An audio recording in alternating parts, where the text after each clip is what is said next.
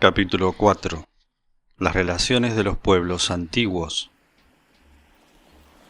Se cree generalmente que las relaciones entre Grecia y la India no comenzaron, o por lo menos no adquirieron importancia apreciable, sino en la época de las conquistas de Alejandro. Para todo lo que es seguramente anterior a esta fecha, se habla, pues, simplemente de semejanzas fortuitas entre las dos civilizaciones, y para todo lo que es posterior, o lo que se supone posterior, se habla, como es natural, de influencia griega, como lo quiere la lógica especial inherente al prejuicio clásico. Esta es una opinión que, como muchas otras, está desprovista de todo fundamento serio, porque las relaciones entre los pueblos, aún alejados, eran mucho más frecuentes en la antigüedad de lo que se cree por lo común. En suma, las comunicaciones no eran mucho más difíciles entonces que hace apenas unos 2 siglos, y más precisamente hasta la invención de los ferrocarriles y de los buques de vapor. Se viajaba sin duda menos comúnmente que en nuestra época, menos a menudo y sobre todo menos deprisa, pero se viajaba de manera más provechosa, porque se tomaba el tiempo de estudiar los países que se atravesaban y a veces hasta se viajaba justamente solo en vista de este estudio y de los beneficios intelectuales que de él se podían obtener. En estas condiciones no hay ninguna razón plausible para tratar de leyenda lo que se nos cuenta sobre los viajes de los filósofos griegos, tanto más cuando que estos viajes explican muchas cosas que de otro modo serían incomprensibles. La verdad es que mucho antes de los primeros tiempos de la filosofía griega, los medios de comunicación debieron tener un desarrollo del cual los modernos están lejos de tener una idea exacta, y esto de manera normal y permanente, fuera de las migraciones de pueblos que sin duda no se produjeron jamás, sino de manera discontinua y algo excepcional. Entre otras pruebas que podríamos citar en apoyo de lo que acabamos de decir, solo indicaremos una, que concierne especialmente a las relaciones de los pueblos del Mediterráneo, y lo haremos porque se trata de un hecho poco conocido, o por lo menos poco observado, al cual nadie parece haber prestado la atención que merece, y del que no se han dado, en todo caso, más que interpretaciones muy inexactas. El hecho de que queremos hablar es la adopción, en torno de la cuenca del Mediterráneo, de un mismo tipo fundamental de monedas, con variaciones accesorias que servían de marcas distintivas locales. Y esta adopción, aunque no se pueda fijar su fecha exacta, se remonta seguramente a una época muy antigua, por lo menos si solo se tiene en cuenta el período de la antigüedad que más comúnmente se estudia. Solo se ha querido ver en esto una simple imitación de las monedas griegas que habrían llegado accidentalmente a estas regiones lejanas. Este es un ejemplo de la influencia exagerada que se ha querido atribuir siempre a los griegos, y también de la funesta tendencia de hacer intervenir el acaso en todo lo que no se sabe explicar,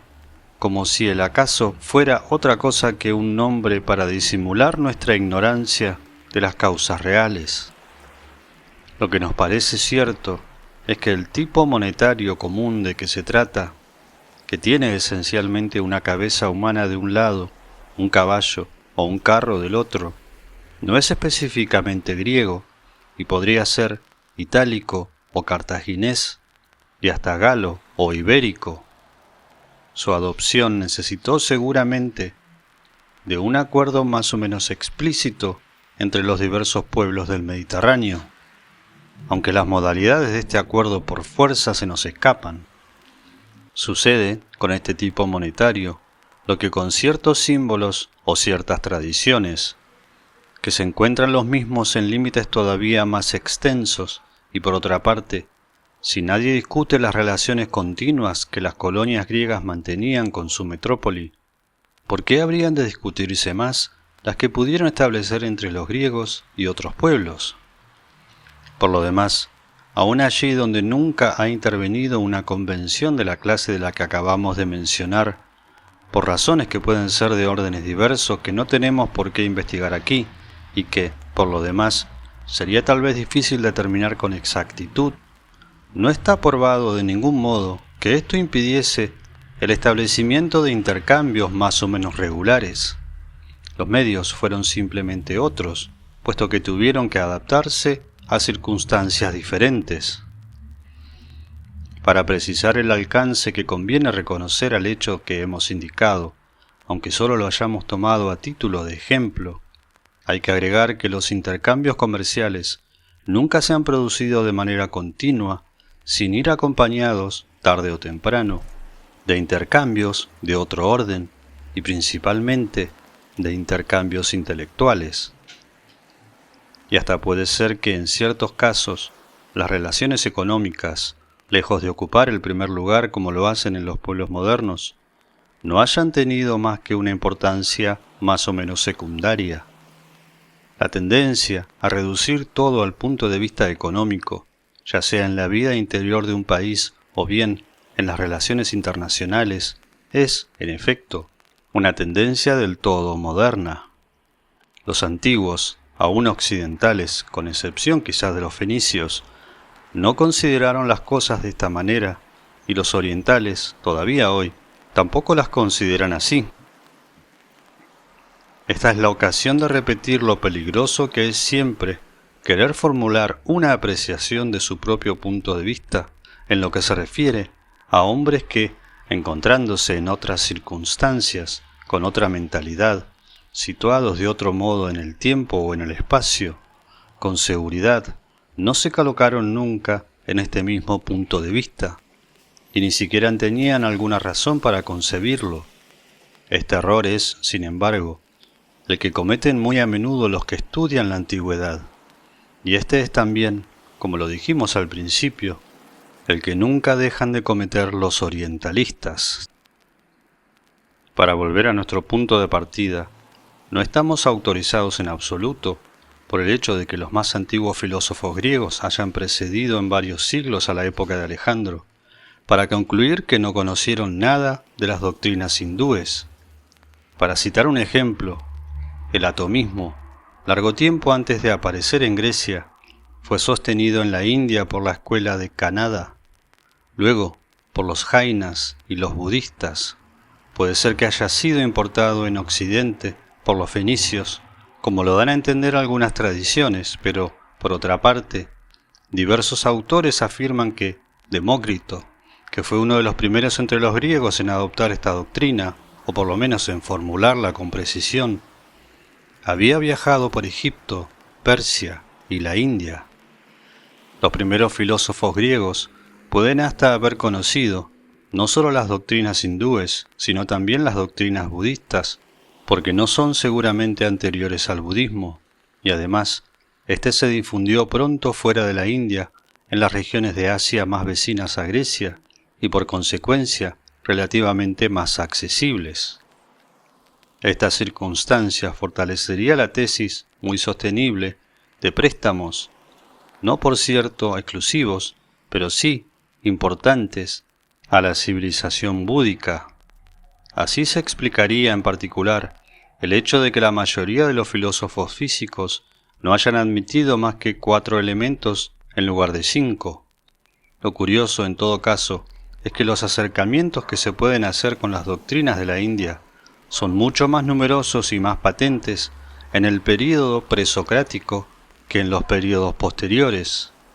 ¿En qué se convierte entonces el papel de las conquistas de Alejandro en las relaciones intelectuales de los pueblos? En suma, no parecen haber introducido, como hecho de influencia hindú, más que la que se puede señalar en la lógica de Aristóteles, y a la cual aludimos antes en lo que se refiere al silogismo, así como en la parte metafísica de la obra del mismo filósofo, para la cual se podrían señalar también semejanzas demasiado precisas para ser puramente accidentales. Si se objeta, para defender a pesar de todo la originalidad de los filósofos griegos, que hay un fondo intelectual común para toda la humanidad, resulta por lo menos que este fondo es algo demasiado general y demasiado vago para suministrar una explicación satisfactoria de semejanzas precisas y claramente determinadas. Por lo demás, la diferencia de mentalidades va mucho más lejos, en bastantes casos, de lo que creen los que nunca conocieron más que un solo tipo de humanidad. Entre los griegos y los hindúes particularmente, esta diferencia era de las más considerables. Esta explicación solo puede ser suficiente cuando se trata de dos civilizaciones comparables entre sí, cuando se desarrollan en el mismo sentido, aunque independientemente una de otra, y producen concepciones idénticas en el fondo, aunque muy distintas en la forma. Este caso es el de las doctrinas metafísicas de China y de la India, aunque sería tal vez más plausible, aún en estos límites, ver ahí, como está uno obligado a hacerlo, por ejemplo, cuando se comprueba una comunidad de símbolos, el resultado de una identidad de tradiciones primordiales, suponiendo relaciones que pueden remontar por lo demás a épocas mucho más remotas que el comienzo del período llamado histórico, pero esto nos llevaría demasiado lejos. Después de Aristóteles, las huellas de una influencia hindú en la filosofía griega se vuelven más y más raras, si no es que nulas por completo, porque esta filosofía se encierra en un dominio más y más limitado y contingente, más y más alejado de toda intelectualidad verdadera, y porque este dominio es, en su mayor parte, el de la moral, refiriéndose a preocupaciones que siempre fueron completamente extrañas a los orientales. No es sino entre los neoplatónicos donde se verán reaparecer influencias orientales, y es allí donde se encontrarán en los griegos por primera vez ciertas ideas metafísicas como la del infinito. Hasta aquí, en efecto, los griegos solo habían tenido la noción de lo indefinido, y rasgo eminentemente característico de su mentalidad, acabado y perfecto, eran para ellos términos sinónimos. Para los orientales, por el contrario, es el infinito el que es idéntico a la perfección. Tal es la diferencia profunda que existe